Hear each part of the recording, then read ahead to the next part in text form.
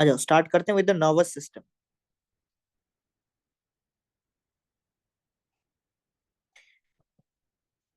देखो, ह्यूमन का जो नर्वस सिस्टम है, इस नर्वस सिस्टम को हम लोग मेनली दो पार्ट में डिवाइड कर सकते हैं, ठीक है।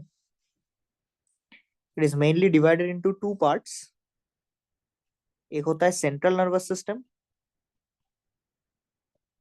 One is your central nervous system, जिसको हम लोग कहते हैं सीएनएस, सेंट्रल नर्वस सिस्टम और CNS.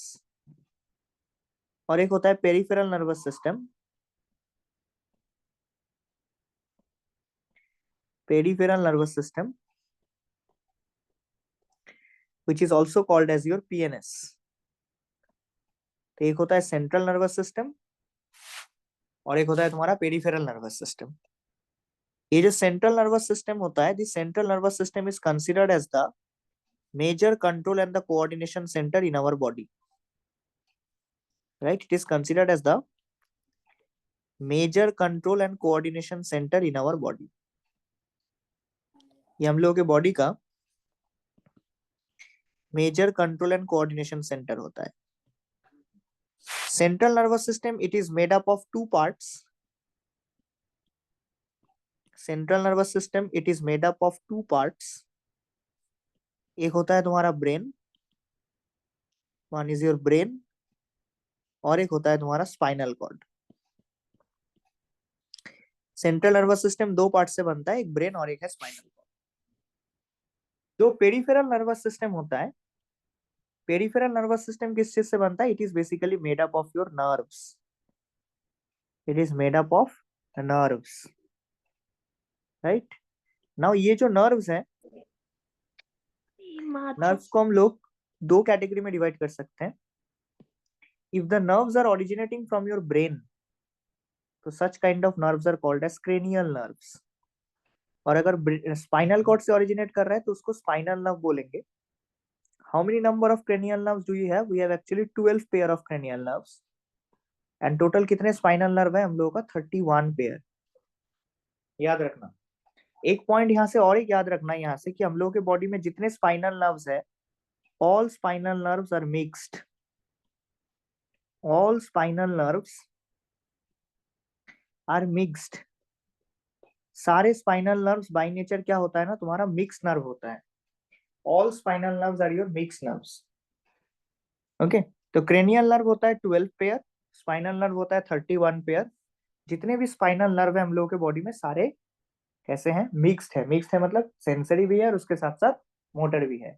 So all spinal nerves your mixed nerve. ये याद रखना। जैसे जो क्रेनियल नर्व्स होते हैं ना, वो बाय नेचर सेंसरी भी हो सकता है, मोटर भी हो सकता है, मिक्स भी हो सकता है। बट जैसे जो स्पाइनल नर्व्स होते हैं, वो spinal nerves are always mixed nerves. Nerves को हम लोग एक और कैटेगरी में डिवाइड किए थे कि if the nerves are actually made up of sensory neuron, तो वैसे नर्व को हम लोग सेंसरी नर्व बोलेंगे। और अगर नर्व मोटर न्यूरो से बनता है तो उसको हम लोग मोटर नर्व बोलेंगे, right.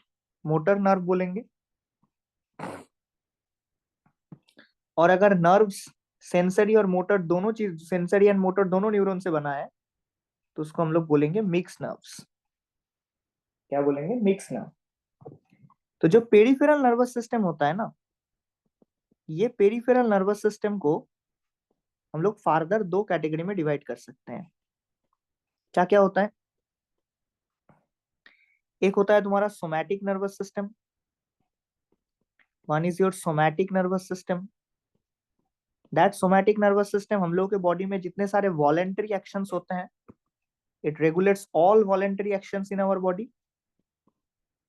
It regulates all voluntary actions in our body, all voluntary actions in our body, like your skeletal muscle contraction। अगर एग्जाम्पल पूछा तो जो स्केलेटल मसल का कंट्रैक्शन होता है, स्केलेटल मसल की कंट्रैक्शन को कौन रेगुलेट करता है? Somatic nervous system.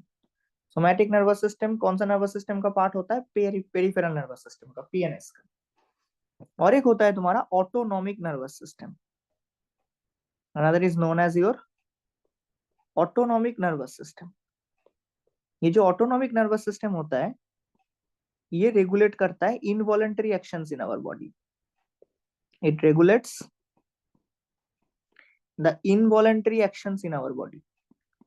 जितने भी इनवॉलंटरी एक्शंस हैं उन सारे इनवॉलंटरी एक्शंस को कौन रेगुलेट करता है? Autonomic nervous system. अब ये ऑटोनॉमिक नर्वस सिस्टम का फार्दर दो पार्ट है। क्या क्या पार्ट है ऑटोनॉमिक नर्वस सिस्टम का? एक होता है पैरासिम्पैथेटिक नर्वस सिस्टम और एक होता है तुम्हारा सिंपैथेटिक नर्वस सिस्टम।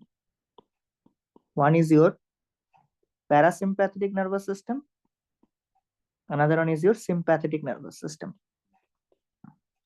जो पैरासिम्पैथेटिक नर्वस सिस्टम है, this parasympathetic nervous system works under normal physiological condition. ये हम लोगों की बॉडी में कब फंक्शन करता है? Under normal physiological condition. Under normal physiological condition. और सिंपैथेटिक नर्वस सिस्टम हम लोगों के बॉडी में कब फंक्शन करता है? सिंपैथेटिक हम लोगों के बॉडी में वर्क करता है अंदर stressful condition. It works under stressful condition. तो parasympathetic nervous system and sympathetic nervous system by nature opposite होता है। ऑपोजिट मतलब एक तो हम लोगों की बॉडी में नॉर्मल फिजियोलॉजिकल कंडीशन में वर्क कर रहा है और एक स्ट्रेसफुल सिचुएशन में। तो दोनों का जो रिस्पॉन्स होता है ना वो ऑपोजिट होता है actually. That's why it is said that कि parasympathetic and sympathetic both are antagonistic to each other. Antagonistic का मतलब होता है opposite, right? Both are actually antagonistic to each other, मतलब दोनों एक दूसरे का ऑपोजिट है। ठीक है ना, दोनों एक दूसरे का ऑपोजिट रोल प्ले कर रहे हैं। तो मेनली देखो नर्वस सिस्टम को हम लोगों ने दो पार्ट में डिवाइड किया, एक सेंट्रल और एक पेरिफेरल। सेंट्रल का दो पार्ट है, brain and spinal cord. Peripheral का दो पार्ट है, सोमैटिक एंड ऑटोनॉमिक। ऑटोनॉमिक का फार्दर दो पार्ट है, पैरासिम्पैथेटिक एंड सिंपैथेटिक। अब यहाँ पे एक चीज याद रखना है कि सेंट्रल नर्वस सिस्टम में जितने भी न्यूरॉन्स हैं, राइट, सेंट्रल नर्वस सिस्टम में जितने भी न्यूरॉन्स हैं, सारे न्यूरॉन्स के, ऑल टाइप ऑफ न्यूरॉन्स, सब न्यूरॉन्स के अराउंड जो माइलिन शीथ होता है ना, that myelin sheath is actually formed by oligodendrocytes. याद रखना, ये क्वेश्चन आता है एग्जाम में, नीट के लिए बता रहा हूं। सेंट्रल नर्वस सिस्टम में जितने भी न्यूरॉन्स हैं, सारे न्यूरॉन्स के अराउंड जो माइलिन शीथ होता है, ये माइलिन शीथ कौन बनाता है? ये माइलिन शीथ बनाता है एक्चुअली ओलिगोडेंड्रोसाइट्स। कौन बनाते हैं? ये ओलिगोडेंड्रोसाइट्स बनाते हैं। बट अगर क्वेश्चन आता है कि पेरिफेरल नर्वस सिस्टम में जितने भी न्यूरॉन्स हैं उन सब के अराउंड माइलिन शीथ कौन बनाता है? तो आंसर होगा यहाँ पे श्वान सेल। ये जो oligodendrocytes, Schwann cell, all are one kind of neuroglial cells. में फर्स्ट क्लास में डिस्कस किया था न्यूरोग्लायल सेल्स के बारे में।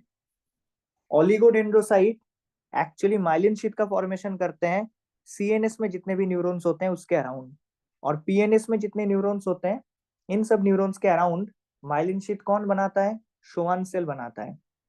तो दोनों जो न्यूरॉन है, मतलब सीएनएस के साथ एसोसिएटेड जो न्यूरॉन्स हैं, इवन पीएनएस के साथ एसोसिएटेड जो न्यूरॉन्स हैं, दोनों में myelin sheath is there. But myelinated and non myelinated, sorry, myelin sheath का जो सोर्स है ना, वो माइलिन शीथ का सोर्स अलग अलग है। एक में श्वान सेल माइलिन शीथ बना रहा है तो और एक में ओलिगोडेंड्रोसाइट माइलिन शीथ बना रहा है। तो sources are different, but myelinated neuron तो दोनों में होगा, सीएनएस में भी होगा, पीएनएस में भी होगा। नाउ माइलिन शीथ का मैंने क्या प्रॉपर्टी बताया था? मैंने बोला था कि myelin sheath actually white colour के होते हैं, जो एक लेयर ऑफ इंसुलेशन है। तो न्यूरॉन का माइलिनेटेड एक्सन से बना हुआ जो पार्ट है, राइट, अगर तुम एक जगह पे न्यूरॉन का सिर्फ माइलिनेटेड एक्सन वाले पार्ट को रखते हो तो उसको हम लोग एक्चुअली में कहते हैं व्हाइट मैटर। ये ना ब्रेन में बार बार रिपीट में आएगा, white matter and grey matter. White matter क्या होता है? व्हाइट मैटर वो पार्ट होता है जहां पे न्यूरॉन का माइलिन शीट प्रेजेंट होता है, माइलिनेटेड एक्सन जहां पे होता है उसको हम लोग व्हाइट मैटर बोलते हैं। तो जब भी मैं अभी से व्हाइट मैटर नाम मेंशन करूं, यू शुड अंडरस्टैंड दैट उस एरिया पे क्या प्रेजेंट है? माइलिनेटेड एक्सन प्रेजेंट है। And if I am talking about grey matter, if I am talking about grey matter, तो ग्रे मैटर का मतलब याद रखना, इसमें होगा नॉन माइलिनेटेड एक्सन, इसमें होगा नॉन माइलिनेटेड एक्सन, उसके साथ साथ सेल बॉडी एंड उसके साथ साथ डेंड्राइट। राइट, माइलिनेटेड एक्सन को छोड़ के बाकी जो पार्ट्स होते हैं ना, वो एक्चुअली व्हाइट ग्रे मैटर बनाता है, और माइलिनेटेड एक्सन कौन सा पार्ट बनाएगा? व्हाइट मैटर बनाएगा। तो जब भी मैं व्हाइट मैटर बोलूं, तो you should always remember that white matter means myelinated axon and grey matter means उसमें non myelinated axon, cell body and dendrites. Right, तुम लोग इस सिलेबस में सिर्फ ब्रेन का पार्ट है, only the brain part is there in the syllabus. Spinal cord वगैरह वो कुछ भी नहीं है, इवन पेरिफेरल नर्वस सिस्टम भी उतना डिटेल में कुछ है ही नहीं, जस्ट पेरिफेरल नर्वस सिस्टम के टाइप्स बताया है एनसीईआरटी में। तो हम लोग मेन फोकस ब्रेन के ऊपर ही करेंगे, ठीक है। तो जो ब्रेन होता है, it is also called as your encephalon. Brain का एक और नाम है, इसको हम लोग एनसेफेलॉन कहते हैं। It is the control and command centre in our body. ये एक्चुअली हम लोगों के बॉडी में क्या होता है, ये एक्चुअली हम लोगों के बॉडी में कंट्रोल एंड कमांड सेंटर होता है। It is the control and the command centre in our body. Right, brain में एक्चुअली टोटल कितने न्यूरॉन्स होते हैं? ब्रेन में total there are 100 billions of neurons. Total there are 100 billions of neuron. Brain कहाँ पे present है? Brain present होता है क्रेनियम, जिसको हम लोग नॉर्मली क्या कहते हैं? Brain box. इस क्रेनियम के अंदर जो कैविटी होता है, इस कैविटी को हम लोग कहते हैं क्रेनियल कैविटी, और within this cranial cavity actually brain is located. Right, cranium किसका पार्ट होता है? Cranium is a part of our skull. Right, part of skull is actually your cranium, जिसको ब्रेन बॉक्स कहते हैं। उसके अंदर जो कैविटी है उसका नाम है क्रेनियल कैविटी, एंड उस क्रेनियल कैविटी के अंदर कौन प्रेजेंट होता है? Brain is located actually. तो अगर ब्रेन का लोकेशन पूछा, याद रखना ब्रेन का location, part of a skull is your cranium. Cranium के अंदर जो कैविटी है उसका नाम है क्रेनियल कैविटी, और उस क्रेनियल कैविटी के अंदर ब्रेन प्रेजेंट है। ब्रेन का वेट कितना होता है? ब्रेन का वेट एक्चुअली होता है नियर अबाउट 1.2 टू 1.4 केजी। कितना वजन होता है? 1.2 से 1.4 केजी होता है इसका वेट ऑलमोस्ट अप्रोक्स। अगर मैं तुमके ब्रेन के बाहर की कवरिंग बताऊं, प्रोटेक्शन, ब्रेन के बाहर कौन सा कवरिंग है? ब्रेन के बाहर जो कवरिंग होता है उसको हम लोग कहते हैं क्रेनियल मेनिंजेस। Cranial meninges. और ये जो क्रेनियल मेनिंजेस होता है, this is actually your try layered. इसमें 3 लेयर होता है। क्या क्या होता है? 3 लेयर।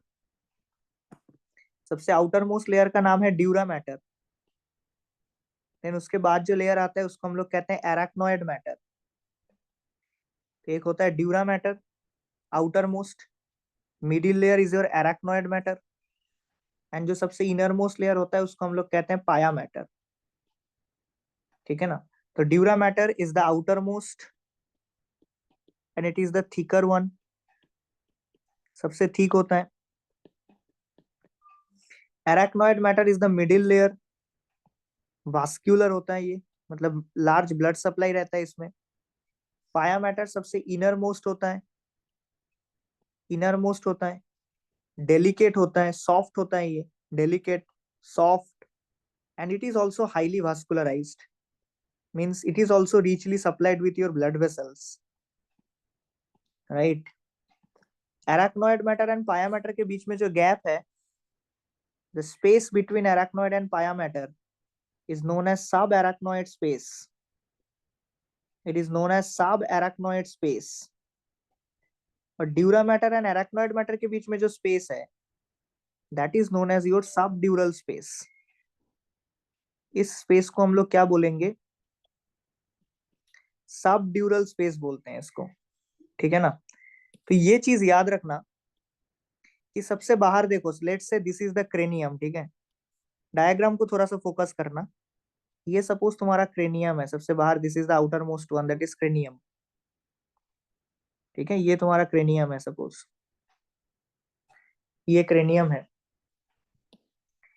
ना। उसके बाहर जो एकदम उसके बाहर जो लेयर है, उसके बाद this is known as your dura mater. ये ड्यूरा मैटर है। एंड ब्रेन में क्या होता है ना, क्रेनियम एंड ड्यूरा मैटर के बीच में there is no gap. Cranium and dura mater के बीच में देयर इज नो गैप। एकदम क्रेनियम के साथ ये जो ड्यूरा मैटर होता है, तुम बोल सकते हो कि एक दूसरे के साथ एकदम अटैच्ड है, दोनों के बीच में कोई गैप है ही नहीं। फिर उसके बाद आता है तुम्हारा एराक्नोइड mater. So say this is your arachnoid matter.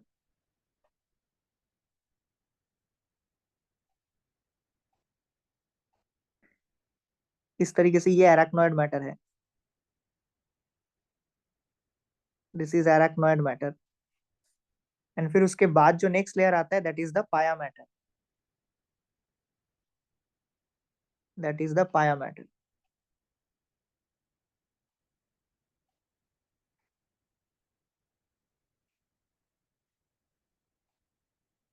That is the pia mater. देखो यहाँ पे क्या है ना, ये सबसे बाहर वाला outermost one that is your cranium. उसके बाद नेक्स्ट लेयर जो है that is your dura mater. ये ड्यूरा मैटर है। ये जो लेयर है this is known as meninges are actually made up of three layers, Kushal. Meninges is a tri-layered membrane. Outermost one is the cranium, sorry, is the dura mater. Middle one is the arachnoid matter, and innermost one is the pia mater. Three layers are there in meninges.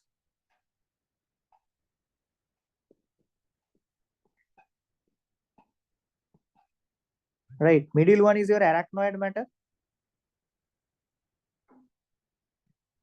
Oh, this is acha muscular layer. Acha composition, tissue wise composition. I am talking about that. Tissue वाला composition मैं बता रहा हूँ. And this is actually your pia mater. Tissue wise composition I am talking about that. आ रहा हूँ detail में उसमें. And inner side में क्या प्रेजेंट होगा? इनर साइड में प्रेजेंट होगा ब्रेन. तो यहां से एक क्वेश्चन आता है कि which of the following layers in the meninges are in close contact with the brain? Answer होगा पिया मैटर. पिया मैटर क्योंकि इनर मोस्ट है ना, so they are in close association with brain.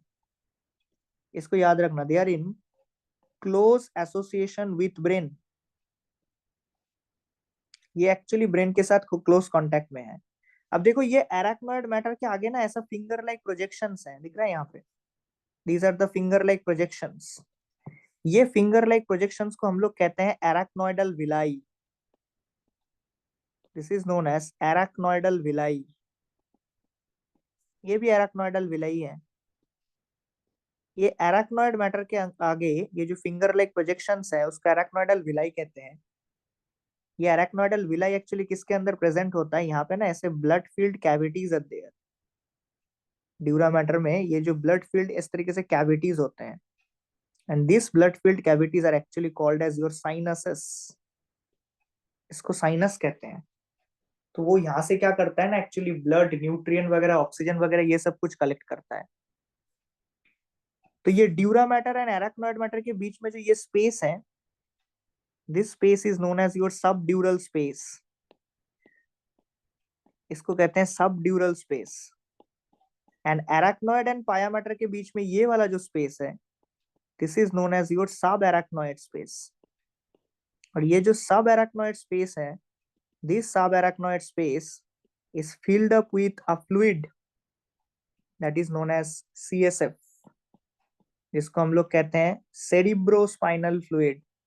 तो यहाँ से वो एराक्नोइडल विलाई वाला जो क्वेश्चन है वो एंट्रेंस के लिए इंपॉर्टेंट है कि एराक्नोइडल विलाई किसके अंदर प्रेजेंट है. आंसर होगा ब्लड फील्ड साइनसेस के अंदर. वो एराक्नोइडल विलाई वहां से क्या करता है, ऑक्सीजन वगैरह, न्यूट्रिएंट वगैरह वो सब लेता है. ठीक है, ऑक्सीजन, न्यूट्रिएंट वो सब कुछ लेता रहता है. एंड एक्चुअली और एक क्वेश्चन आता है कि ये जो सीएसएफ होता है, सीएसएफ कहाँ पे प्रेजेंट होगा? आंसर क्या होगा? सीएसएफ इज एक्चुअली प्रेजेंट होगा सब एराक्नोइड स्पेस में. राइट, सब एराक्नोइड स्पेस में. नाउ क्वेश्चन जो आता है कि what is the role of the CSF? Correct. CSF, इसका रोल क्या होता है? Number one, protection. राइट, ये एक्चुअली एक शॉक एब्जॉर्बर की तरह फंक्शन करता है. राइट, बाहर से ब्रेन को कोई मैकेनिकल शॉक ना आए उससे प्रोटेक्ट करता है. नंबर टू, नंबर 2, और एक चीज याद रखना कि ये एक्चुअली यू कैन से कि it maintains the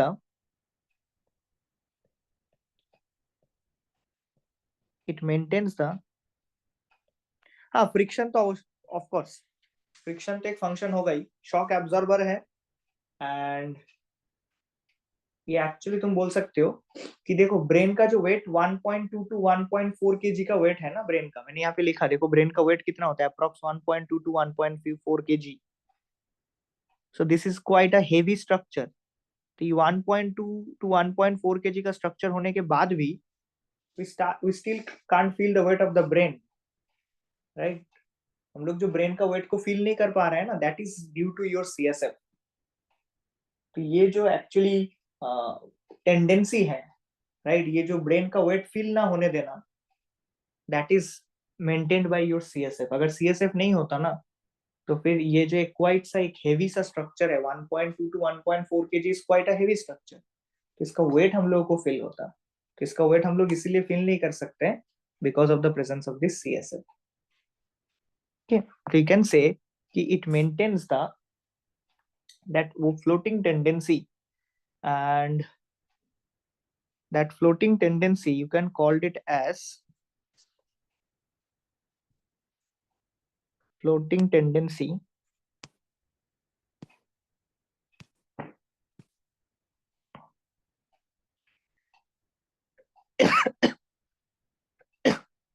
is known as your buoyancy कहते हैं उसको।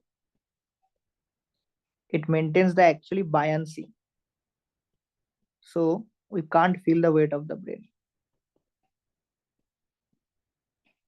can't actually feel the weight of the brain। buoyancy को मेंटेन करता है, इस वजह से उसका वेट हम लोगों को फील नहीं होता है। अगर इस मेनिंजेस में किसी भी तरीके का इन्फेक्शन हो जाता है, inflammation to meninges, inflammation to meninges is known as meningitis। meninges की इन्फ्लेमेशन को meningitis कहते हैं। यहाँ पे एक्चुअली क्या होता है ना, मतलब पेन होता है actually, extremely painful. Now dura mater का कंपोजिशन देखो, ड्यूरा मैटर में क्या होता है, dura mater is actually made up of your collagen fiber. Collagen fibre मतलब ये टफ स्ट्रक्चर है, ठीक बताया ना मैंने, ठीक इसलिए क्योंकि टफ है। कोलाजन फाइबर है, मेनली कोलाजन फाइबर है जो एक्चुअली स्ट्रेंथ एंड ड्यूरेबिलिटी देता है, बट इसमें very less amount of elastin fiber is also there. Elastin fiber it is very less. तो अगर टिश्यू वाइज कंपोजिशन पूछा कि ड्यूरा मैटर किस चीज से बनता है, तुम लिखोगे dura mater is mainly made up of majorly made up of elastin fiber, sorry collagen fiber. And what is the role of the collagen fiber? Collagen fiber strength देता है एंड ड्यूरेबिलिटी प्रोवाइड करता है, right. वो जो toughness होता है वो उसके लिए रिस्पॉन्सिबल है। और अगर एराक्नोइड मैटर के बारे में पूछा, तो उसमें भी तुम बोल सकते हो कि एराक्नोइड मैटर में भी एक्चुअली कोलाजन फाइबर भी है, बट इलास्टिन भी है। एराक्नोइड में भी तुम कोलाजन इलास्टिन लिख सकते हो, कोलाजन इलास्टिन लिख सकते हो। Arachnoid mater is made up of both collagen as well as elastin fiber, मतलब connective tissue. Collagen and elastin fiber, collagen fiber यहाँ पे भी स्ट्रेंथ रिजिडिटी प्रोवाइड कर रहा है, and elastin fiber provides flexibility, right, flexibility. And सबसे innermost जो कि मोस्ट डेलिकेट है, जो कि सबसे ज्यादा डेलिकेट है, हाईली वास्कुलराइज्ड भी है, दैट इज योर पाया matter. If you see the composition of the pia mater, that पाया matter is made up of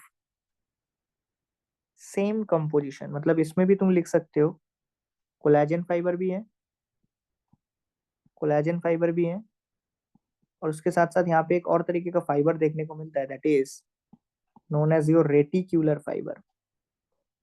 collagen fiber के साथ साथ there is presence of reticular fiber, right.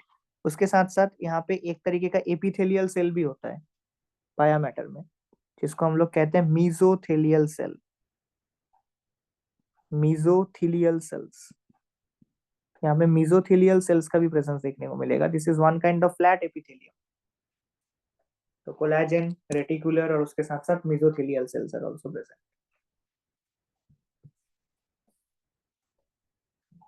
Right, next आ जाओ parts of brain में। आते हैं पार्ट्स ऑफ ब्रेन में, इसका स्क्रीनशॉट ले लेना एक।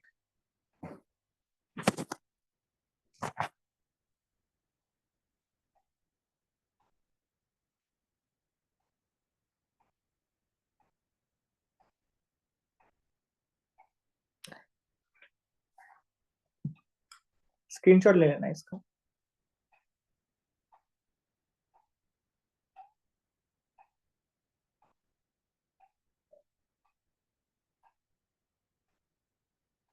ठीक है, नेक्स्ट आ जाओ पार्ट्स ऑफ ब्रेन में।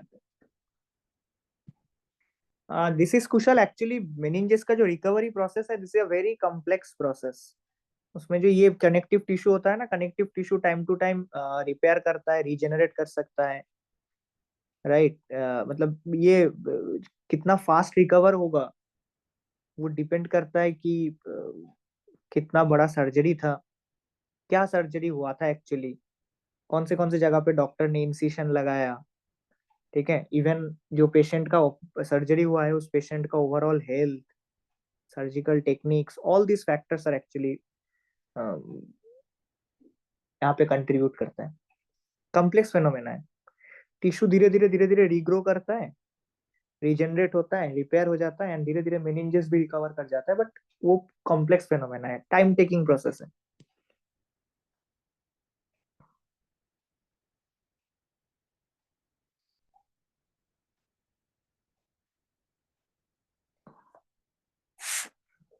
सेकेंड पार्ट आते हैं, that is parts of a brain. Parts of a brain,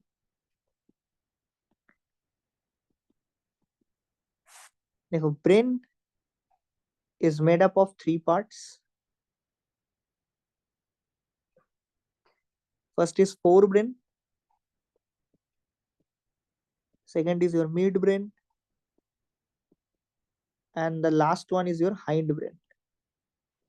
So there are three parts: forebrain, midbrain, and hindbrain. जो forebrain है, it is made up of three parts. First is olfactory lobe. Second is cerebrum. Remember, cerebrum is the largest part of the brain. ठीक है, cerebrum brain का largest part है। तो olfactory lobe, cerebrum, and the third one is your diencephalon. जो mid brain है इसका दो part है। First is your corpora quadrigemina, corpora quadrigemina, and the second one is your cerebral peduncle, also called as your crura cerebri. Cerebral peduncle and crura cerebri. Third is your hindbrain. It is made up of three parts: cerebellum, pons varoli, and third one is your medulla oblongata. Medulla oblongata. There are three parts. एक है fore brain, एक है mid brain और एक है hind brain. Fore brain का कितना part है? Forebrain has three part: olfactory lobe, cerebellum, diencephalon. Mid brain का दो पार्ट है: corpora quadrigemina, cerebral peduncle. Hindbrain का तीन पार्ट है: cerebellum, pons varolii, medulla oblongata. ये जो सेरिबेलम है, this is the second largest part of the brain. This is the second largest part of brain. Correct. Now starting with the olfactory lobe, forebrain से start करते हैं। First olfactory lobe. देखो जो olfactory lobe होता है, olfactory term is actually related with your sense of smell. तो olfactory lobe का क्या फंक्शन होता है? Olfactory lobe is basically responsible for your perception and detection of smell, right? Perception and detection of smell. Perception and detection of smell. Next आ जाओ, cerebrum की बात करते हैं। जो सेरिब्रम होता है, cerebrum is the largest part, ठीक है? Cerebrum is the largest part of the brain. जो सेरिब्रम है, it is made up of two cerebral hemispheres. ये ना दो सेरिब्रल हेमिस्फीयर से बनता है। There are two cerebral hemispheres. एक होता है राइट सेरिब्रल हेमिस्फीयर और एक होता है left cerebral hemisphere. One is your right cerebral hemisphere और एक होता है तुम्हारा left cerebral hemisphere, right? Now this cerebral hemispheres, these are actually your hollow structures. तो ये सेरिब्रल हेमिस्फीयर के अंदर जो कैविटी है ना, उसको हम लोग वेंट्रिकल कहते हैं, ठीक है ना? जो हार्ट में था सेम, बट हार्ट वाला वेंट्रिकल और ये वाला ventricle is different totally. Spelling same है दोनों का, बट दोनों कंप्लीटली डिफरेंट है। एक हार्ट में और एक ब्रेन में है। इन जनरल वेंट्रिकल का मतलब हम लोग हार्ट वाला वेंट्रिकल ही समझेंगे, ठीक है ना? तो there are two cerebral hemisphere, one is right cerebral hemisphere और एक है left cerebral hemisphere. Right cerebral hemisphere के अंदर जो वेंट्रिकल है, जो कैविटी है, उसको हम लोग राइट वेंट्रिकल कहते हैं। जो लेफ्ट सेरिब्रल हेमिस्फीयर होता है, उसके अंदर जो कैविटी होता है, उसको हम लोग लेफ्ट वेंट्रिकल कहते हैं। And both this ventricles are filled up with CSF. Both these ventricles are filled up with CSF. Are filled up with CSF. Correct. Both these ventricles are actually filled up with your CSF. Cerebrospinal fluid से filled up होता है दोनों के दोनों ventricle. Now both these ventricles are connected with each other. दोनों cerebral hemispheres को, both the cerebral hemispheres, sorry, both the ventricles नहीं, both the cerebral hemispheres, दोनों cerebral hemisphere को connect कर रहा है एक C-shaped structure. Both the cerebral hemisphere are connected by, दोनों सेरिब्रल हेमिस्फीयर को कनेक्ट कर रहा है एक सी शेप स्ट्रक्चर जिसका नाम है कॉर्पस कैलोसम। कॉर्पस कैलोसम जो दो सेरिब्रल हेमिस्फीयर को कनेक्ट कर रहा है ना, ये ट्रांसवर्सली कनेक्ट कर रहा है, ट्रांसवर्स प्लेन में प्रेजेंट है, ये ट्रांसवर्सली कनेक्ट कर रहा है। कॉर्पस कैलोसम कैसा स्ट्रक्चर होता है? कॉर्पस कैलोसम ऐसा एक सी शेप स्ट्रक्चर होता है जो ट्रांसवर्सली दो सेरिब्रल हेमिस्फीयर को कनेक्ट करता है, ऐसा एक सी शेप स्ट्रक्चर, ठीक है ना? सी शेप स्ट्रक्चर। इसका जो ये फ्रंट वाला पार्ट होता है, इसको हम लोग जेनू कहते हैं। पोस्टीरियर पार्ट को हम लोग कहते हैं स्प्लीनम। और दोनों को कनेक्ट कर रहा है जो पार्ट यहाँ पे, इस पार्ट को हम लोग कहते हैं fornix. This is the structure of a corpus callosum. ऐसा सी शेप स्ट्रक्चर होता है। Anterior part is called as genu, posterior part is called as the splenium, and genu and splenium को कनेक्ट कर रहा है जो, उसको हम लोग फॉर्निक्स कहते हैं, right? This is known as the fornix. तो ऐसा सी शेप स्ट्रक्चर होता है। ये ट्रांसवर्सली, ट्रांसवर्स प्लेन में दोनों सेरिब्रल हेमिस्फीयर को कनेक्ट करके रखता है, ठीक है? अगर तुम सेरिब्रम का सरफेस देखो, the surface of the cerebrum is not smooth. Cerebrum के सरफेस में ना इस तरीके तुमको फीचर्स एंड रीजेस दोनों देखने को मिल जाएंगे, इस तरीके का स्ट्रक्चर, ऐसा सरफेस है उसका। The surface of the cerebrum is not smooth. Cerebrum के सरफेस में क्या नजर आएगा? ऐसे फीचर्स नजर आएंगे, ये उसके फीचर्स हैं, these are the features, right? और इसको हम लोग कहते हैं रीजेस। तो ऐसे तुमको पीरियडिक फीचर्स एंड रीजेस देखने को मिलेंगे। ये जो फीचर्स प्रेजेंट होते हैं, the features are called as sulci, और जो रीजेस होते हैं, रीजेस को हम लोग कहते हैं gyri. The ridges are known as the gyri and the features are known as the sulci. Feature मतलब एक तरीके का डिप्रेशन, और एक होता है रीजेस, रीजेस को हम लोग गायरी कहते हैं। ना why this gyri and sulci are there, ये गायरी एंड सल्सी बेसिकली क्या करता है, सरफेस एरिया बढ़ाता है। गायरी एंड सल्सी ये बेसिकली क्या कर रहा है, it actually increases the surface area. And जितना सरफेस एरिया बढ़ा रहा है, जितना सरफेस एरिया होगा, मोर number of neurons should be accommodated, more number of neurons should be accommodated। इतना सरफेस एरिया होगा, उतने न्यूरॉन्स क्या होंगे यहाँ पे, एकोमोडेट करेगा। एंड उतना ही क्या होगा, इंटेलिजेंस होगा। तो एक पर्सन का जो इंटेलिजेंस है ना, वो डिपेंड करता है उसके ब्रेन में कितने साल्सी एंड गायरी है। Higher the number of sulci and gyri, higher the surface area. या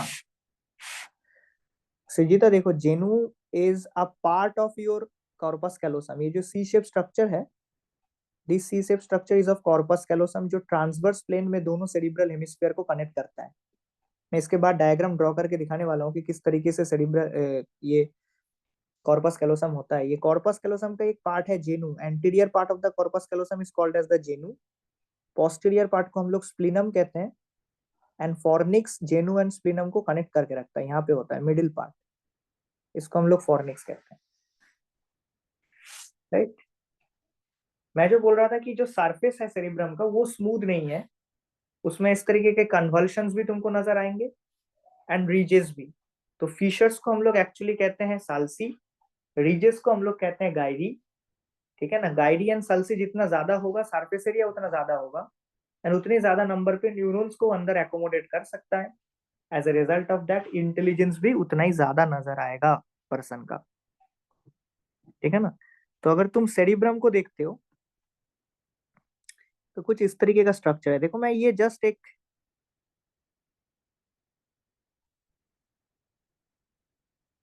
बाय हैंड एक डायग्राम ड्रॉ कर रहा हूँ जस्ट समझाने के लिए इसको।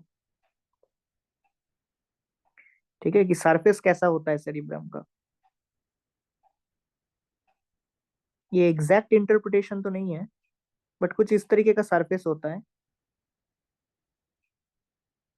इसका सरफेस स्मूथ नहीं है, ऐसा रफ सरफेस ही होता है इसका।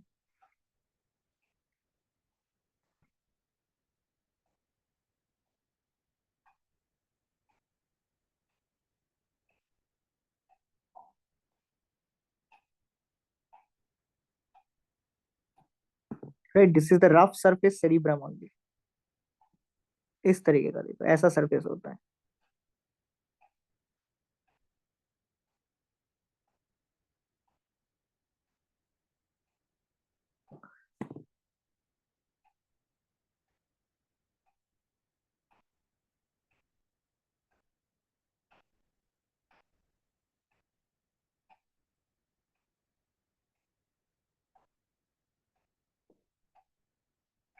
This is the rough surface cerebrum.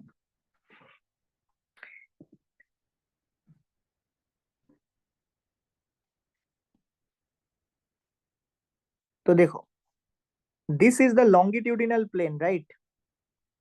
ये वाला जो प्लेन है ना सेरिब्रम का, ये लॉन्गिट्यूडिनल प्लेन है। जहां से मैंने ये रेड वाला ड्रॉट दिया, ये लॉन्गिट्यूडिनल प्लेन है। ये कौन सा प्लेन है, this is the longitudinal plane. अगर तुम लॉन्गिट्यूडिनल प्लेन पे सेरिब्रम को देखो, तो दोनों सेरिब्रल हेमिस्फीयर को इस लॉन्गिट्यूडिनल प्लेन में ना, एक्चुअली यहाँ से क्या होता है ना, ऐसा एक लंबा सा फीचर आता है, ऐसा एक प्रोजेक्शन, ऐसा एक डिप्रेशन आता है यहाँ पे, एक लंबा सा फीचर आता है। ये जो फीचर है, ये लॉन्गिट्यूडिनल प्लेन पे दोनों सेरिब्रल हेमिस्फीयर को कनेक्ट कर रहा है। एक्चुअली ये वाला जो पोर्शन है, ये वाला जो पोर्शन है, इन दिस पोर्शन यहाँ पे एक लंबा सा फीचर प्रेजेंट होता है एक्चुअली लॉन्गिट्यूडिनल प्लेन में। जो लॉन्गिट्यूडिनल प्लेन में क्या कर रहा है, दोनों सेरिब्रल हेमिस्फीयर को कनेक्ट कर रहा है एक दूसरे के साथ।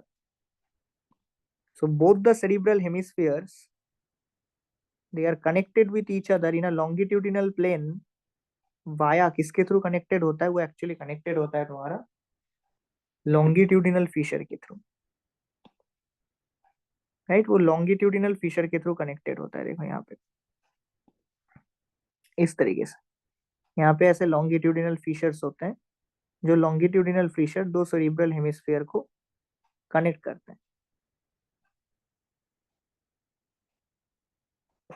इस तरीके से कनेक्ट कर रहा है इन अ लॉन्गिट्यूडिनल प्लेन, इन अ लॉन्गिट्यूडिनल प्लेन। और अगर तुम ट्रांसवर्स प्लेन में देखो, देखो ये वाला ट्रांसवर्स प्लेन होगा, this is the transverse plane. ये जो ब्लू कलर का डॉटेड लाइन मैंने दिया, ये ट्रांसवर्स प्लेन है। अगर तुम ट्रांसवर्स प्लेन में देखो तो ट्रांसवर्स प्लेन में यहाँ पे प्रेजेंट होता है तुम्हारा कॉर्पस कैलोसम। इस जगह पे तुम्हारा कॉर्पस कैलोसम होता है, यहाँ पे इस तरीके से होता है कॉर्पस कैलोसम। सो कॉर्पस कैलोसम एक्चुअली दो सेरिब्रल हेमिस्फीयर को कनेक्ट कर रहा है, बट प्लेन मेंशन करना है। अगर क्वेश्चन आता है कि लॉन्गिट्यूडिनल प्लेन में दोनों सेरिब्रल हेमिस्फीयर को कौन कनेक्ट कर रहा है, तुम बोलोगे लॉन्गिट्यूडिनल फीचर। और अगर क्वेश्चन आता है कि ट्रांसवर्स प्लेन में कौन कनेक्ट कर रहा है, तो आंसर होगा corpus callosum. Correct. So actually ये एक डायग्रामेटिक रिप्रेजेंटेशन है सेरिब्रम का, कैसा उसका सरफेस है, ठीक है ना। तो जितना ज्यादा ऐसे कन्वल्शंस होंगे, उतने ज्यादा नंबर पे क्या होगा, न्यूरॉन्स एकोमोडेट कर सकता है, एंड उतना ही पर्सन का इंटेलिजेंस भी होगा। करेक्ट। अब ये जो सेरिब्रल हेमिस्फीयर्स है, तो if I talk about a structure of a cerebrum, तो cerebrum is made up of two cerebral hemispheres, you know that. Cerebrum किससे बनता है, सेरिब्रम बनता है सेरिब्रल हेमिस्फीयर से। How many cerebral hemispheres are there, two. ये जो cerebral hemispheres है, ये एक्चुअली, अगर मैं इसका सेक्शन लेता हूँ, इसका दो पार्ट है, एक आउटर पार्ट और एक है इनर पार्ट। जो आउटर पार्ट होता है उसको हम लोग कहते हैं सेरिब्रल कॉर्टेक्स। ये जो सेरिब्रल कॉर्टेक्स होता है, it is protected by 6 layer, इसमें 6 लेयर का प्रोटेक्शन है। And cerebral cortex, it is made up of grey matter. Correct. जो इनर पार्ट होता है, that is known as cerebral medulla. और ये सेरिब्रल मेडुला में क्या प्रेजेंट होता है, सेरिब्रल मेडुला में होता है व्हाइट मैटर। तो ग्रे मैटर मतलब ही क्या होगा, यहाँ पे सेल बॉडी होगा, डेंड्राइट होगा, एक्सन होगा, बट नॉन माइलिनेटेड एक्सन। और व्हाइट मैटर का मतलब क्या होता है, यहाँ पे होगा myelinated action actually. Right, myelinated action होगा वहां पे एक्चुअली। तो ये जो सेरिब्रल कॉर्टेक्स है ना, इस सेरिब्रल कॉर्टेक्स में कुछ एरिया रहता है जिसको हम लोग कहते हैं association area. In the cerebral cortex there are certain area, specific region, जिसको हम लोग कहते हैं एसोसिएशन एरिया। ये एसोसिएशन एरिया किसके लिए रिस्पॉन्सिबल है, it is responsible to think something, to plan something, to invent something, to reason out something. इन सब चीजों के लिए एक्चुअली एसोसिएशन एरिया रिस्पॉन्सिबल है। Right, this association area is also responsible for communication. Right, communication के लिए responsible है। Even जो मेमोरी है, वो मेमोरी भी एक्चुअली सेरी ये एसोसिएशन एरिया में रहता है, सेरिब्रल कॉर्टेक्स के अंदर। तो ऐसा भी माना जाता है कि हम लोग का जो सबकॉन्शियस माइंड है, that subconscious mind is also located in your cerebrum. Subconscious mind भी कहाँ पे होता है, सेरिब्रम में होता है, सेरिब्रम में प्रेजेंट होता है। देखो अगर मैं एक मतलब ब्रेन का एक आउटलाइन ड्रॉ करूँ जस्ट, ठीक है, समझाने के लिए जस्ट एक ऐसा अगर मैं आउटलाइन ड्रॉ करता हूँ ब्रेन का,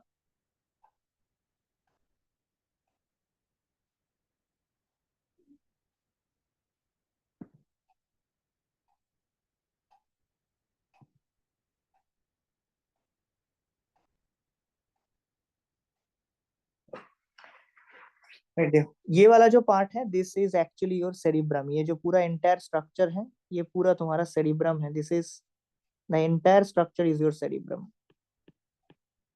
ये सेरिब्रम है, this part is actually your cerebellum. ये सेरिबेलम है, and this region is the pons. Pons के बाद यहाँ पे जो एरिया आता है उसको हम लोग कहते हैं मेडुला ऑब्लोंगेटा। यहाँ पे आता है मेडुला ऑब्लोंगेटा। एंड फिर उसके नीचे से शुरू हो जाएगा स्पाइनल कॉर्ड। ये वाला जो स्ट्रक्चर है इसको हम लोग स्पाइनल कॉर्ड कहते हैं। ठीक है ना। अब ये जो सेरिब्रम है, इस सेरिब्रम के अंदर ना कुछ पर्टिकुलर एरिया है। जैसे ये वाला जो पार्ट है सेरिब्रम का, एकदम सामने वाला जो पार्ट, इस पोर्शन को हम लोग कहते हैं इसका फ्रंटल लोब। ठीक है, इसको हम लोग कहते हैं फ्रंटल लोब। इस फ्रंटल लोब में एक एरिया है यहाँ पे एक्चुअली। ये वाला जो एरिया है इसको हम लोग फ्रंटल लोब के अंदर ही है वो। यहाँ पे एक एरिया है, इस एरिया को हम लोग कहते हैं ब्रोकाज एरिया। ये मैं एंट्रेंस के लिए बोल रहा हूँ, ठीक है ना। इसको हम लोग कहते हैं ब्रोकाज एरिया। ब्रोकाज एरिया क्या रेगुलेट करता है? It actually regulates our speech. हम लोग जो बात करते हैं उसको रेगुलेट करते हैं ब्रोकाज एरिया, राइट। ये जो ब्रोकाज एरिया है बाय नेचर कैसा एरिया है? मोटर एरिया है। क्योंकि बात करना एक मोटर फंक्शन है, तो ब्रोकाज एरिया भी बाय नेचर कैसा एरिया होगा? एक मोटर एरिया होगा, राइट। देन फ्रंटल लोब में इस पर्टिकुलर एरिया में, इस पर्टिकुलर रीजियन में एक और एरिया है, इन दिस रीजियन। ये हम लोगों के बॉडी में सारे वॉलेंटरी मूवमेंट के लिए रिस्पॉन्सिबल है। इसको हम लोग मोटर कॉर्टेक्स कहते हैं। This is responsible for all the voluntary movement of our body. ये सारे वॉलेंटरी मूवमेंट के लिए रिस्पॉन्सिबल है। फिर ये वाला जो एरिया है इसको हम लोग कहते हैं parietal lobe. This is called as parietal lobe. तो इस फ्रंटल लोब को पैराइटल लोब से यहाँ पे सेपरेट करता है एक ऐसा स्ट्रक्चर। तो फ्रंटल को पैराइटल से क्या कर रहा है? सेपरेट कर रहा है। इस पैराइटल लोब में पर्टिकुलरली तुम्हारा इस रीजियन में जहाँ पे मैं डॉट दे रहा हूँ, ये वाले रीजियन में, इसमें एक सेंसरी एरिया होता है। ये जो सेंसरी एरिया है एक स्टिमुलस रिसीव करता है, किसके लिए?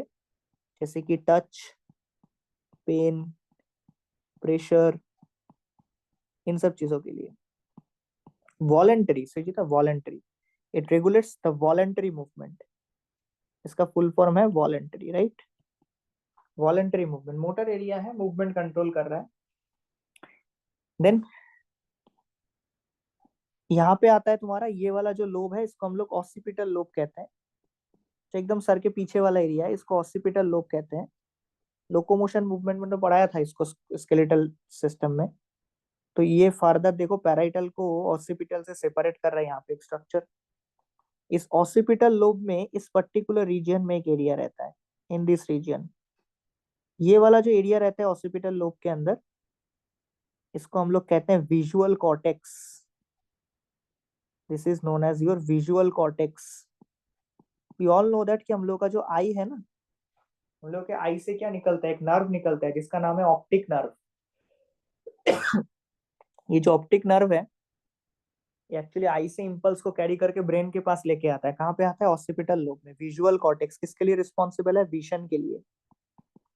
तो बाई नेचर कैसा एरिया होगा? सेंसरी एरिया होगा, क्योंकि स्टिमुलस रिसीव करता है, आई से आता हुआ स्टिमुलस को रिसीव कर रहा है। ठीक है। देन ये वाला जो लोब है एकदम कान के पीछे जो रहता है actually, this lobe is actually known as your temporal lobe. इस टेम्पोरल लोब में बहुत इंटरेस्टिंग एक एरिया है। सबसे पहले तो टेम्पोरल लोब में इस पर्टिकुलर रीजियन में है तुम्हारा ऑडिटरी कॉर्टेक्स। याद रखना इसको। ये वाला जो एरिया है इसमें रहता है ऑडिटरी कॉर्टेक्स, जो ईयर से आया हुआ स्टिमुलस को रिसीव करता है। ऑडिटरी कॉर्टेक्स किसके लिए रिस्पॉन्सिबल है? हियरिंग के लिए रिस्पॉन्सिबल है। और यहाँ पे एक और एरिया रहता है जो half parietal and half temporal में है, ये वाला एरिया। ये ग्रीन कलर से मैंने जो ड्रॉ किया, ये जो half parietal and half temporal में है, इस एरिया का नाम है वेर्निक्स एरिया। वेर्निक्स एरिया कहाँ पे होता है? It is present in half parietal and half temporal. आधा पैराइटल में है, आधा टेम्पोरल में है। What is the function? it actually helps us to understand someone's speech. It actually helps us to understand someone's speech, right? किसी की बात हम लोगों को समझने में मदद करती है। हम लोग जो खुद बात कर रहे हैं उसको रेगुलेट कौन करता है? Broca's area. और वायरनिक्स एरिया का फंक्शन क्या होता है? जैसे Broca's area by nature motor है, बट वायरनिक्स एरिया का फंक्शन क्या होता है? किसी की बात को समझने में हेल्प कर रहा है। हम कौन बात कर रहा है, अगर कोई हम लोगों के साथ कम्युनिकेट करने की कोशिश कर रहा है तो उसकी बात समझने में हेल्प करता है वायरनिक्स एरिया। मैं जो बात कर रहा हूँ यहाँ पे तुम लोगों के साथ, that is my Broca's area is functioning, and if you are understanding my speech, that means your Wernicke's area is functioning. ये जो वायरनिक्स एरिया है किसी दूसरे पर्सन की बात को समझने में हेल्प करता है। तो तुम यहाँ पे नोटिस करो कि सेरिब्रम के अंदर जितने सारे रीजियंस हैं उसको हम लोग बाई फंक्शन कितने कैटेगरी में डिवाइड कर सकते हैं? कुछ एरिया बाई नेचर मैंने सेंसरी बताया, जैसे पैराइटल लोब में एक सेंसरी एरिया के बारे में बात की मैंने, ठीक है ना। जैसे टेम्पोरल लोब में ये जो ऑडिटरी कॉर्टेक्स है, ये ऑडिटरी कॉर्टेक्स भी कैसा एरिया होना चाहिए? ऑडिटरी कॉर्टेक्स भी बाई नेचर एक सेंसरी एरिया होना चाहिए। क्यों सेंसरी एरिया होगा? क्योंकि ये भी तो ईयर से आया हुआ स्टिमुलस को रिसीव कर रहा है। वायरनिक्स एरिया भी एक सेंसरी एरिया होना चाहिए। कुछ एरियाज हैं देखो जो बाय नेचर मोटर है, जैसे ब्रोकास एरिया एक मोटर एरिया है। देन फ्रंटल लोब में एक और मोटर एरिया है जो बॉडी के अंदर मूवमेंट को कंट्रोल करता है। और एक पर्टिकुलर एरिया के मैंने बात किया जिसके बारे में, उसका नाम है एसोसिएशन एरिया। वो एसोसिएशन एरिया क्या करता है? It basically helps us to think something, to plan, to invent, to reason out, communication, memory, इन सब चीजों के लिए एसोसिएशन एरिया रिस्पॉन्सिबल है, right. This is the structure of cerebrum, जो मेजर पार्ट होता है ब्रेन का, सबसे बड़ा पार्ट है ब्रेन का सेरिब्रम। नेक्स्ट आ जाओ, डायनसेफलन में आते हैं।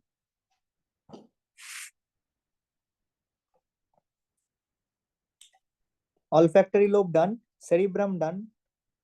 नेक्स्ट जो पार्ट है आते हैं, दैट इज डायनसेफलन।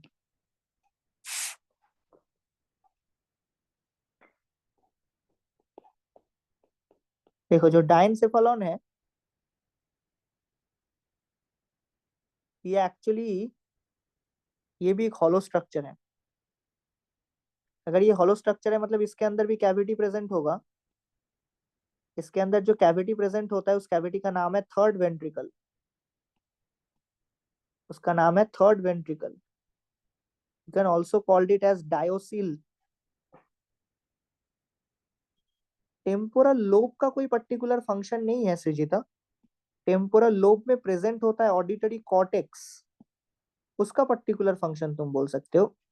ऑडिटरी कॉर्टेक्स का फंक्शन क्या होता है? स्टिमुलस रिसीव करता है from year, and Wernicke's area भी रहता है जो हाफ पैराइटल हाफ टेम्पोरल में होता है। as such temporal lobe is a space only, just it has certain regions that has particular functions. तो डायनसेफलॉन एक होलो स्ट्रक्चर है, उसके अंदर जो कैविटी रहता है उसको हम लोग थर्ड वेंट्रिकल और डायोसिल कहते हैं, and this is filled up with CSF. Ventricle मतलब ही वो कभी खाली नहीं होगा, वो अंदर से किससे फिल्ड अप रहेगा? सीएसएफ से, सेरिब्रोस्पाइनल फ्लूइड से फिल्ड अप होगा। This diencephalon comprises of 3 parts. क्या क्या पार्ट है देखो। सबसे आउटर मोस्ट पार्ट को हम लोग कहते हैं epithalamus. Remember the epithalamus is a non nervous part of the brain. Epithalamus एक नॉन नर्वस पोर्शन है, मतलब no neurons are there, right. Roof of epithalamus, epithalamus का जो रूफ होता है, the roof of the epithalamus is known as anterior choroid plexus. Entrance के लिए जरूरी है, स्कूल एग्जाम के लिए पढ़ने की जरूरत नहीं है। एपीथैलेमस के रूफ को हम लोग एंटीरियर कोरोइड प्लेक्सस कहते हैं। ये एंटीरियर कोरोइड प्लेक्सस सीएसएफ बनाता है। तो एग्जाम में क्वेश्चन क्या आएगा? एंटीरियर कोरोइड प्लेक्सस किसका पार्ट है? तुम बोलोगे it is a part of epithalamus, ठीक है। देन मिडिल पार्ट है थैलामस, थर्ड हाइपोथैलामस। थर्ड है हाइपोथैलेमस। देखो इसका एक मैं समझाने की कोशिश कर रहा हूँ डायग्राम के through. Let's say this is the corpus callosum, ठीक है, ये तुम्हारा कॉर्पस कैलोसम है। इस कॉर्पस कैलोसम के साथ कौन एसोसिएटेड है? इसके साथ एसोसिएटेड है तुम्हारा एपीथैलेमस। एपीथैलेमस का दो पार्ट है देखो। ये जो उसका सामने वाला पोर्शन है इसको हम लोग कहते हैं anterior choroid plexus.